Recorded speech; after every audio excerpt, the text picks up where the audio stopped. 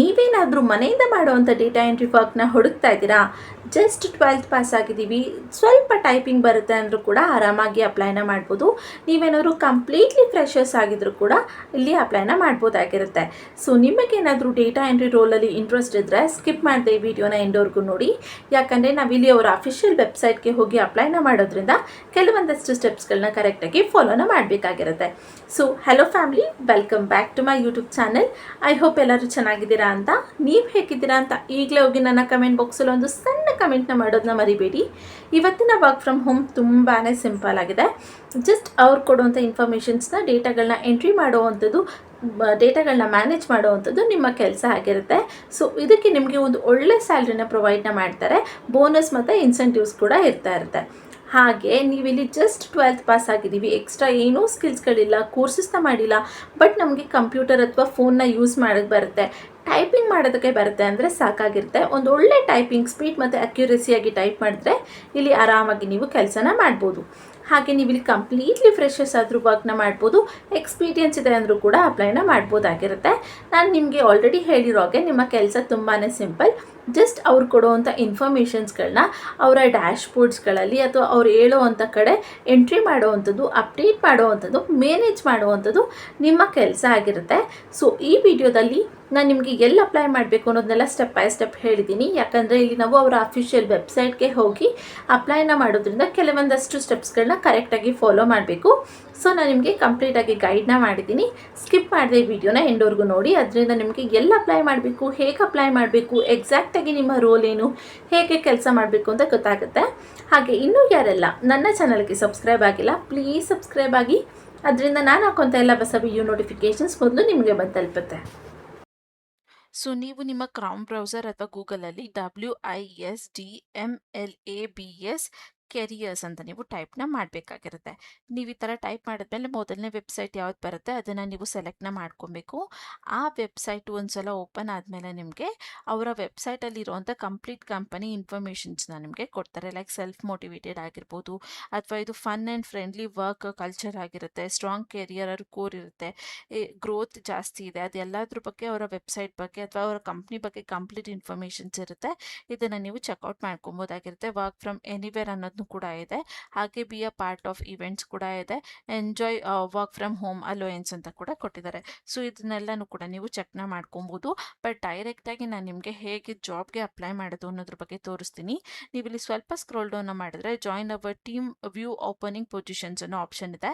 ಇದ್ರ ಮೇಲೆ ಕ್ಲಿಕ್ನ ಮಾಡಿದ್ರೆ ನಿಮಗೆ ಇನ್ನೊಂದು ಇಂಟರ್ಫೇಸ್ ಓಪನ್ ಆಗುತ್ತೆ.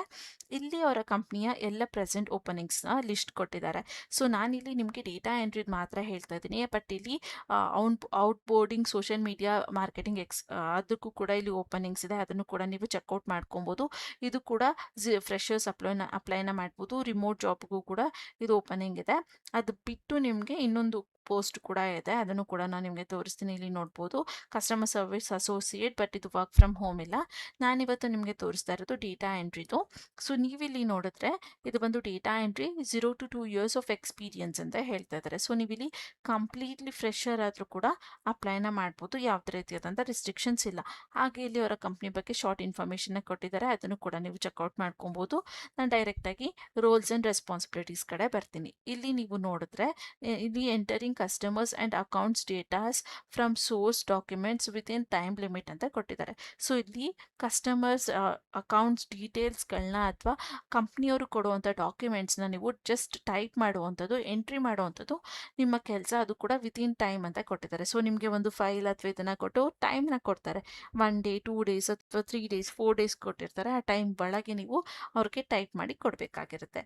ಇನ್ನು ಇಲ್ಲಿ ನೋಡಿದ್ರೆ verify and accuracy and soft importance to source datas from computer entry ಅಂತ ಕೊಟ್ಟಿದ್ದಾರೆ. ಸೊ ಇಲ್ಲಿ ನೀವೇನು ಮಾಡಬೇಕು ಅಂದರೆ ವೆರಿಫೈ ಮಾಡಬೇಕಾಗಿರುತ್ತೆ, ಅದು ಕರೆಕ್ಟಾಗಿದೆಯಾ ಇಲ್ವಾ ಅನ್ನೋದನ್ನ ನೀವು ಚೆಕ್ನ ಮಾಡಬೇಕಾಗಿರುತ್ತೆ.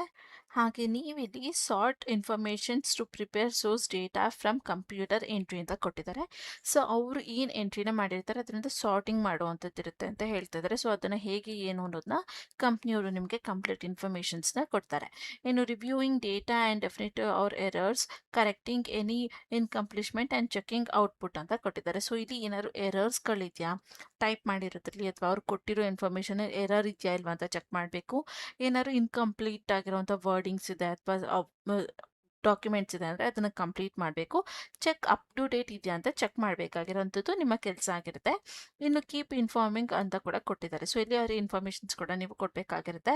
ಇನ್ನು response to queries from informations and according across related files ask for data in advance whenever applicated ಅಂತ ಕೊಟ್ಟಿದ್ದಾರೆ. ಸೊ ಇಲ್ಲಿ ನೀವು ಅಪ್ಲೈ ಮಾಡಿದ್ರಲ್ಲಿ ಅವ್ರಿಗೆ ಏನಾದ್ರು ಡೌಟ್ಸ್ಗಳಿದೆ ಅಥವಾ ಯಾವ್ದಾದ್ರು ಡಾಕ್ಯುಮೆಂಟ್ಸ್ ಬೇಕು, ಅವ್ರಿಗೆ ಏನಾದ್ರು ಇನ್ಫಾರ್ಮೇಷನ್ಸ್ ಬೇಕು ಅಂದಾಗ ನೀವು ಕಂಪ್ನಿಯವ್ರಿಗೆ ಕಂಪ್ಲೀಟ್ ಇನ್ಫಾರ್ಮೇಷನ್ಸ್ನ ಕೊಡಬೇಕಾಗಿರುತ್ತೆ ಅಂತ ಹೇಳ್ತಿದ್ರೆ. ಸೊ ಎಲ್ಲಿ ಸೇವ್ ಮಾಡಿಟ್ಟಿದ್ದೀರಾ ಆ ಫೈಲ್ನ ಅಥವಾ ಎಲ್ಲಿ ಎಂಟ್ರಿ ಮಾಡಿದ್ದೀರಾ ಅದ್ರ ಬಗ್ಗೆ ಇನ್ಫಾರ್ಮೇಷನ್ಸ್ ಎಲ್ಲ ಕೊಡಬೇಕಾಗಿರುತ್ತೆ ಅಂತ ಕೊಡ್ತಾ ಇದ್ದಾರೆ. ಇನ್ನು complaint with data incursion security policies ಅಂತ ಕೊಟ್ಟಿದ್ದಾರೆ. ಸೊ ಸೆಕ್ಯೂರಿಟಿ ಪಾಲಿಸೀಸ್ಗಳಿರುತ್ತೆ, ಅದನ್ನು ನೀವು ಮೇಂಟೈನ್ ಮಾಡಬೇಕಾಗಿರುತ್ತೆ. ಇನ್ನು ಸ್ಕಿಲ್ಸ್ಗಳನ್ನ ನೋಡಿದ್ರೆ ನೀವು ಸಿಂಪಲ್ ಆದಂಥ ಸ್ಕಿಲ್ಸ್ಗಳಿದೆ, like provide data entry work experience as a data entry operator or office clerks ಅಂತ ಕೊಟ್ಟಿದ್ದಾರೆ. ಸೊ ನೀವೇನಾದರೂ ಡೇಟಾ ಎಂಟ್ರಿ ಆಪರೇಟರ್ ಆಗಿ ವರ್ಕ್ನ ಮಾಡಿದ್ರಿ ಅಂದರೆ ಆ ವರ್ಕಿನ ಎಕ್ಸ್ಪೀರಿಯನ್ಸ್ ಲೆಟರ್ಸ್ಗಳನ್ನು ಕೂಡ ನೀವು ಇಲ್ಲಿ ಕೊಡಬೇಕಾಗಿರುತ್ತೆ. ಇನ್ನು experience with Microsoft office and data process ಅಂತ ಕೊಟ್ಟಿದ್ದಾರೆ. ಸೊ ನಿಮಗೆ ಸ್ವಲ್ಪನಾದರೂ ಮೈಕ್ರೋಸಾಫ್ಟ್ ಆಫೀಸ್ನ ಯೂಸ್ ಮಾಡೋದಕ್ಕೆ ವರ್ಕ್ ಮಾಡೋದಕ್ಕೆ ಬರಬೇಕಾಗಿರುತ್ತೆ ಡೇಟಾ ಪ್ರೊಸೆಸಿಂಗಲ್ಲಿ ಅಂತ ಹೇಳ್ತಾ ಇದ್ದಾರೆ. ಇನ್ನು ಫೆಮ್ಲರ್ ವಿತ್ ಡ್ಯೂಟೀಸ್ ಅಂತ ಕೂಡ ಕೊಟ್ಟಿದ್ದಾರೆ. ಸೊ ಆಡಿಟಿಂಗ್ ಡ್ಯೂಟೀಸ್ಗಳಲ್ಲೂ ಕೂಡ ನಿಮಗೆ ಸ್ವಲ್ಪ ಫೆಮಿಲರ್ ಇರಬೇಕು ಅಂತ ಹೇಳ್ತಾ ಇದ್ದಾರೆ. ಇದು ನಿಮಗೆ ಬರೋದಿಲ್ಲ ಅಂದರೂ ಕೂಡ ಕಂಪ್ನಿಯವರು ಕಂಪ್ಲೀಟಾಗಿ ಗೈಡ್ನ ಮಾಡ್ತಾರೆ. ಬಟ್ ನೀವು ಅದಕ್ಕಿಂತ ಮುಂಚೆ ಯೂಟ್ಯೂಬ್ ಅಥವಾ ಬೇರೆ ಸೋರ್ಸಿಂಗಲ್ಲಿ ಚೆಕ್ ಮಾಡ್ಕೊಬೋದು, ಅದು ಹೇಗೆ ವರ್ಕ್ ಆಗುತ್ತೆ ಏನು ಅನ್ನೋದನ್ನ ನೀವು ಕೂಡ ಸ್ವಲ್ಪ ಐಡಿಯಾ ಆದರೂ ಇರಬೇಕಾಗಿರುತ್ತೆ. ಏನು ಟೈಪಿಂಗ್ ಸ್ಪೀಡ್ ಆ್ಯಂಡ್ ಅಕ್ಯುರಸಿ ಅಂತ ಕೊಟ್ಟಿದ್ದಾರೆ. ಸೊ ನಿಮಗೆ ಬೇಗ ಬೇಗ ಟೈಪ್ ಮಾಡೋದಕ್ಕೆ ಆಗಬೇಕು, ಹಾಗೆ ಅಕ್ಯುರಸಿ ಇರಬೇಕು, ಕರೆಕ್ಟಾಗಿರಬೇಕು. ಯಾವುದೇ ರೀತಿ ಸ್ಪೆಲ್ಲಿಂಗ್ ಮಿಸ್ಟೇಕ್ಸ್ ಆಗಿರ್ಬೋದು, ಗ್ರಾಮೆಟಿಕ್ ಮಿಸ್ಟೇಕ್ಸ್ ಇಲ್ಲಿ ನೀವು ನೋಡ್ಬೋದು. Knowledge of correct spellings, grammars and punctualities ಅಂತ ಕೊಟ್ಟಿದ್ದಾರೆ. ಸೊ ಯಾವುದೇ ರೀತಿ ಸ್ಪೆಲ್ಲಿಂಗ್ ಮಿಸ್ಟೇಕ್ಸ್, ಗ್ರಾಮರ್ಸ್ ಅಥವಾ ಫುಲ್ ಸ್ಟಾಪ್, ಕಾಮ ಇದೆಲ್ಲ ನಿಮಗೆ ಕರೆಕ್ಟಾಗಿ ಮಾಡೋದಕ್ಕೆ ಬರಬೇಕು ಅಂತ ಕೊಡ್ತಾ ಇದ್ದಾರೆ. ಇನ್ನು ಅಟೆನ್ಷನ್ ಟು ಡೀಟೇಲ್ ಅಂತ ಕೊಟ್ಟಿದ್ದಾರೆ. ಸೊ ನಿಮಗೆ ಗ್ರಾಮರ್ ಇದೆಲ್ಲ ಸ್ವಲ್ಪ ಮಿಸ್ಟೇಕ್ಸ್ ಇದೆ, ಬರೋದಿಲ್ಲ ಅಂದರೆ ನನ್ನ ಲಾಸ್ಟ್ ವೀಡಿಯೋದಲ್ಲಿ ನಾನು ನಿಮಗೆ ಒಂದು ಟಿಪ್ನ ಕೊಟ್ಟಿದ್ದೆ, ಹೇಗೆ ಅದನ್ನು ಕರೆಕ್ಟ್ ಮಾಡ್ಕೊಳೋದು ಅಂತ, ಲೈಕ್ ಚಾಟ್ ಎಲ್ಲ ಯೂಸ್ ಮಾಡಿಕೊಂಡು ಆ ಟಿಪ್ನು ಕೂಡ ನೀವು ಯೂಸ್ ಮಾಡ್ಕೊಬೋದು. ಇನ್ನು ಇಲ್ಲಿ ನೀವು ನೋಡೋಕೆ organisational skills with an ability to stay focused and assignments task ಅಂತ ಕೊಟ್ಟಿದ್ದಾರೆ. ಸೊ ಆರ್ಗನೈಸ್ಡ್ ಸ್ಕಿಲ್ಸ್ ಇರಬೇಕು ನಿಮಗೆ ಕೊಟ್ಟಿರುವಂಥ ಟಾಸ್ಕ್ನ ಅಥವಾ ವರ್ಕ್ನ ನೀವು ಕಂಪ್ಲೀಟ್ ಮಾಡೋಕ್ಕೆ ಆಗಬೇಕು ಅಂತ ಹೇಳ್ತಿದ್ದಾರೆ. ಇನ್ನು ಮೇನ್ ಆಗಿ ಹೈಸ್ಕೂಲ್ ಡಿಪ್ಲೊಮೊ ಮಾಡಿರೋರು ಇಲ್ಲಿ ಅಪ್ಲೈನ ಮಾಡ್ಬೋದು ಅಂತ ಹೇಳ್ತಾ ಇದ್ದಾರೆ. ಸೊ ನೀವೇನಾದ್ರು ಜಸ್ಟ್ 12th ಪಾಸ್ ಆಗಿದ್ರು ಕೂಡ ಇಲ್ಲಿ ಆರಾಮಾಗಿ ಅಪ್ಲೈನ ಮಾಡ್ಬೋದು. ಜೊತೆಗೆ ನಿಮ್ಗೆ ಏನಾದ್ರು ಕಂಪ್ಯೂಟರ್ ಟ್ರೈನಿಂಗ್ನ ತೊಗೊಂಡಿದ್ದೀವಿ ಅಥವಾ ಕಂಪ್ಯೂಟರ್ ಕ್ಲಾಸಸ್ಗೆ ಹೋಗಿದ್ದೀವಿ ಅಂದರೆ ಅದೆಲ್ಲನೂ ಕೂಡ ನೀವು ಪ್ರೊವೈಡ್ನ ಮಾಡ್ಬೋದು ಅಂತ ಹೇಳ್ತಾ ಇದ್ದಾರೆ. ಇನ್ನು ನೀವಿಲ್ಲಿ ನೋಡಿದ್ರೆ ಬ್ಯಾಕ್ಗ್ರೌಂಡ್ ಎಜುಕೇಷನ್ ಏನಾಗಿರಬೇಕು ಅಂದರೆ ಏನಿ ಅಂತ ಕೊಟ್ಟಿದ್ದಾರೆ. ಸೊ ನೀವು ಇಲ್ಲಿ ಏನೇ ಓದಿದ್ರು ಇಲ್ಲಿ ಅಪ್ಲೈನ ಮಾಡ್ಬೋದು, ಬಟ್ 12+ ಆಗಿರಬೇಕು ಅಷ್ಟೇ.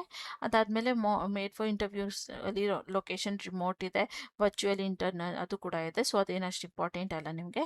ಸ್ಕಿಲ್ಸ್ಗಳು data verification, document skills, MS office ಇದೆಲ್ಲನೂ ಕೂಡ ಇರಬೇಕು ಅಂತ ಕೊಡ್ತಾ ಇದ್ದಾರೆ. ಸೊ ಇದಿಷ್ಟು ಈ ರೋಲ್ ಬಗ್ಗೆ ಕಂಪ್ಲೀಟ್ ಇನ್ಫಾರ್ಮೇಷನ್ಸ್ ಆಗಿದೆ. ಇನ್ನು ಈ ರೋಲ್ಗೆ ಹೇಗೆ ಅಪ್ಲೈನ ಮಾಡಬೇಕು ಅಂದರೆ ಇಲ್ಲಿ ಅಪ್ಲೈ ಫಾರ್ ದಿಸ್ ಜಾಬ್ ಅನ್ನೋ ಆಪ್ಷನ್ ಕಾಣ್ತಾ ಇದೆ ಅಲ್ವಾ, ಇದ್ರ ಮೇಲೆ ಕ್ಲಿಕ್ನ ಮಾಡಿದ್ರೆ ನಿಮಗೆ ಒಂದು ಇಂಟರ್ಫೇಸ್ ಓಪನ್ ಆಗುತ್ತೆ. ಈ ಫಾರ್ಮ್ನ ನೀವು ಫಿಲ್ ಮಾಡಬೇಕಾಗಿರುತ್ತೆ. ಓಕೆನಾ. ಮೊದಲನೇದಾಗಿ ನೀವು ನಿಮ್ಮ ರೆಸ್ಯೂಮ್ನ ಕೊಡಬೇಕು. ಫಸ್ಟ್ ನೇಮ್, ಮಿಡಲ್ ನೇಮ್ ಇದ್ದರೆ ಮಿಡಲ್ ನೇಮ್ ಅಥವಾ ಲಾಸ್ಟ್ ನೇಮ್ ಇದ್ದರೆ ಲಾಸ್ಟ್ ನೇಮ್ನ ಕೊಡಬೇಕು. ಅದಾದಮೇಲೆ ನಿಮ್ಮ ಕಾಂಟ್ಯಾಕ್ಟ್ ನಂಬರ್ನ ನೀವು ಇಲ್ಲಿ ಹಾಕಬೇಕು. ಅದಕ್ಕಿಂತ ಮುಂಚೆ ಕಂಟ್ರಿನ ಸೆಲೆಕ್ಟ್ನ ಮಾಡಬೇಕಾಗಿರುತ್ತೆ.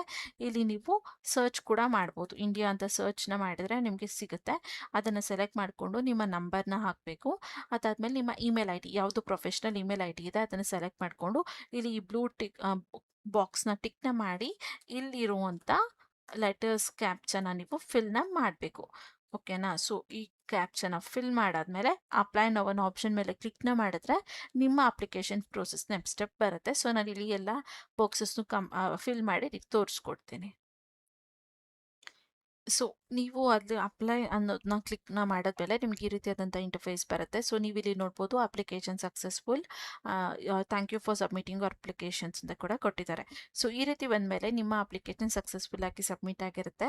ಇದಾದಮೇಲೆ ನೀವು ಕೊಟ್ಟಿರುವಂಥ ಇಮೇಲ್ ID ಅಥವಾ ಕಾಂಟ್ಯಾಕ್ಟ್ ನಂಬರ್ಗೆ ಅವರ ಕಡೆಯಿಂದ ಇಮೇಲ್ ಅಥವಾ ಕಾಲ್ ಬರುತ್ತೆ. ಆದಷ್ಟು ನಿಮ್ಮ ಇಮೇಲ್ಗಳ ಸ್ಪ್ಯಾಮ್ ಲಿಸ್ಟ್ ಮತ್ತು ಜಂಕ್ ಫೋಲ್ಡರ್ ಎರಡನ್ನೂ ಕೂಡ ಚೆಕ್ ಮಾಡ್ಕೊಳ್ಳಿ. ಹಾಗೆ ಇಲ್ಲಿ ಅಪ್ಲೈ ಮಾಡಬೇಕಾದ್ರೆ ನಿಮ್ಮ ರೆಸ್ಯೂಮ್ ಅಂದರೆ ಅಪ್ಡೇಟೆಡ್ ರೆಸ್ಯೂಮ್ ಕರೆಕ್ಟಾಗಿ ಅಪ್ಲೋಡ್ ಮಾಡಿದ್ದೀವಾ ಇಲ್ವಾ ಅಂತ ಚೆಕ್ ಮಾಡಿ. ನಿಮ್ಮ ಇಮೇಲ್ ಕೂಡ ಕರೆಕ್ಟ್ ಆದಂಥ ಇಮೇಲ್ ಅಥವಾ ಪ್ರೊಫೆಷ್ನಲ್ ಇಮೇಲ್ ಕೊಟ್ಟಿದ್ದೀರಾ ಅನ್ನೋದನ್ನ ನೀವು ಚೆಕ್ ಮಾಡಬೇಕು. ಕಾಂಟ್ಯಾಕ್ಟ್ ನಂಬರ್ ಕೂಡ ಚೆಕ್ ಮಾಡ್ಕೊಳ್ಳಿ.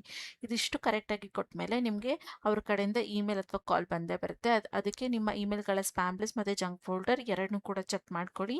ಹಾಗೆ ಯಾವುದೇ ಅನ್ನೋನ್ ನಂಬರಿಂದ ಕಾಲ್ ಬಂದರೂ ರಿಸೀವ್ ಮಾಡಿ ಕಾನ್ಫಿಡೆಂಟಾಗಿ ಆನ್ಸರ್ನ ಮಾಡಿ.